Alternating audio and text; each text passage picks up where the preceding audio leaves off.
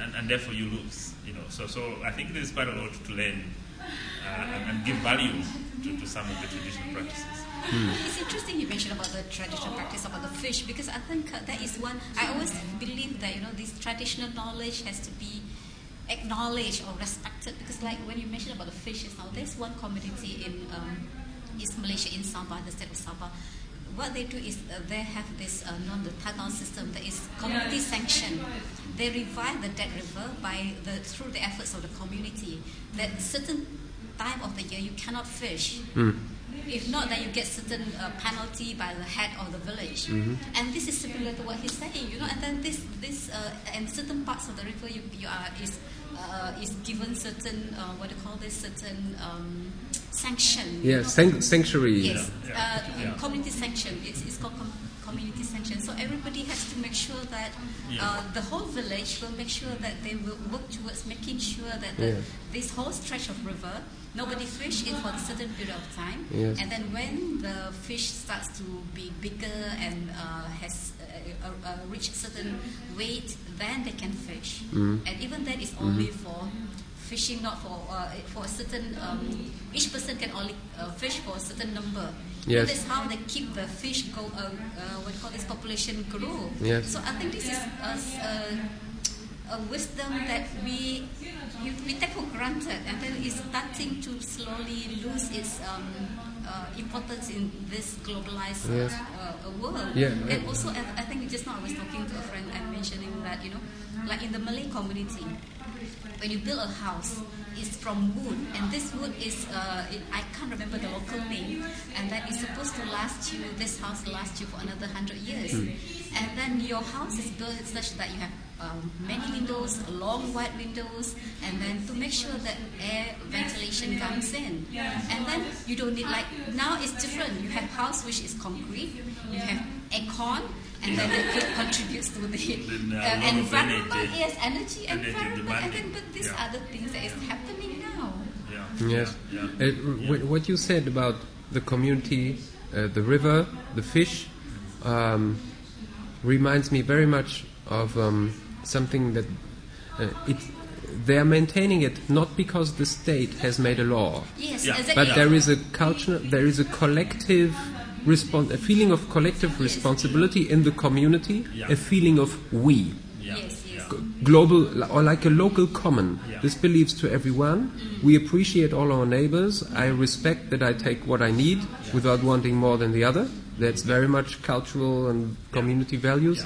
And it reminds me of eco-tipping points. They have 100 good practices where they turn, for example, reanimating dead fisheries on islands. They address one little thing, and the vicious cycle of problems turns into a virtuous cycle of solutions. Making rivers run again in the desert, reanimating fisheries, pacifying criminal gang neighborhoods. And the idea is the stewardship. Once the community noticed, we've made our rivers run again. Suddenly, then they started planting trees, and it became more and more, and it used to be a desert place. And then the government came and said, we're going to cut some to sell timber. The whole community felt, this is our forest. No! And the government couldn't.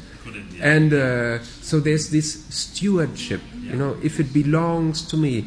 And that always reminded me, I noticed when I heard in the German Democratic Republic, socialism, no matter whether socialism may be good in some ways or not, but this one thing, they were taking away the private property of farmers and making it collectives. So those collectives were running suboptimal because the farmer loves his farm. The animals, the tree that's, or the little corner of trees that's in the back of the farm. Whereas in socialism, it wasn't theirs, so they didn't care.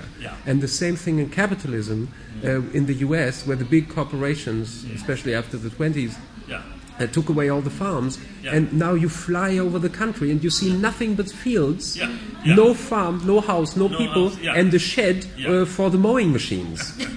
And that means all the creeks, the trees, everything's killed because it means less profit. So the more people on the small scale, small is beautiful, and those are very strong social commons, even that are of value. And I believe just as you said, there is very strong potential, more so in the non-industrial countries. I don't want to call them developing, because Germany has to develop much more to become sustainable than Malawi. The steps are rather small to become sustainable. So, but I just wanted to add that coming back to ESD, the information that you've just given, regarding the caring of the environment, the fact that there's the stewardship, from the belief that is internalized from the individuals and the communities. And I think how does ESD, replicate that kind of feeling, so that ESD is not seen as something for examinations? Because I think this is the challenge where schools will adopt because it's come from the Ministry of Education, and you have to put it in the syllabus, and there's going to be an examination, and the inspector will come, and once you've passed the exam, that's it, you forget. So I think we need to find ways in which these issues can be internalized. They become part of you, and you believe in them. So it burns under my fingers to say right away two mega good examples. One is they do learnscapes. The entire school ground in Australia, the entire school community, every child and teacher has one voice, and everyone gives one idea how to transform the schoolyard in all sorts of ways. Even when a new school member comes, makes by hand an own brick from clay with a name in, and puts it in the walking path to the school entry. Not in Germany on the straight line, but in a nice curved line. And so it is their school, and they develop this over years, and they combine it with the curriculum, with mathematics, physics, everything. And in Canada, Julia, for 25 years, has been doing international school peace gardens. So she says we transform the whole thing into a peace garden, because there is like no symbolism of peace in the public.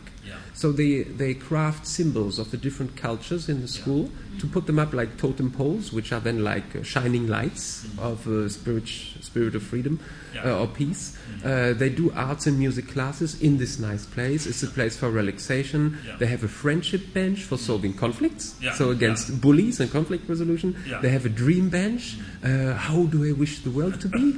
And they have holistic curricula with sustainability, going outside the school fence. For example, when you're on the ocean, they do marine work. When they're on a watershed, they do environmental study with scientific institutions about the river and other things. They clean it. When they're with migrating animals, they start putting food and water places in the area, like the elves, the spirits from the myths. The children do the same thing. And then they see, it's my school ground. I built it. It's beautiful, and there is there's no vandalism, and it's so simple. In fact, with the piece, you remind me of a project in Southern Africa that I find impressive because of the thinking that went into it, and it's called the Transfrontier Conservation. And what they noticed is, because of the boundaries of the countries, each country has got its own national park. Yes. And then the animals are not able to move the traditional ecological corridors. And then it creates problems. And so they call it a peace park program. Because even though you are creating the corridor for the animals to move from South Africa to Zambia to Zimbabwe and so forth, but it's also a peace program because it allows the countries to work together. So I think some innovation where conservation is linked with some other important attribute like peace, and of course there are innovative financing mechanisms these days, which also deal with poverty alleviation. I think these are the issues that we need to deal with instead of taking conservation for its own sake. Yes.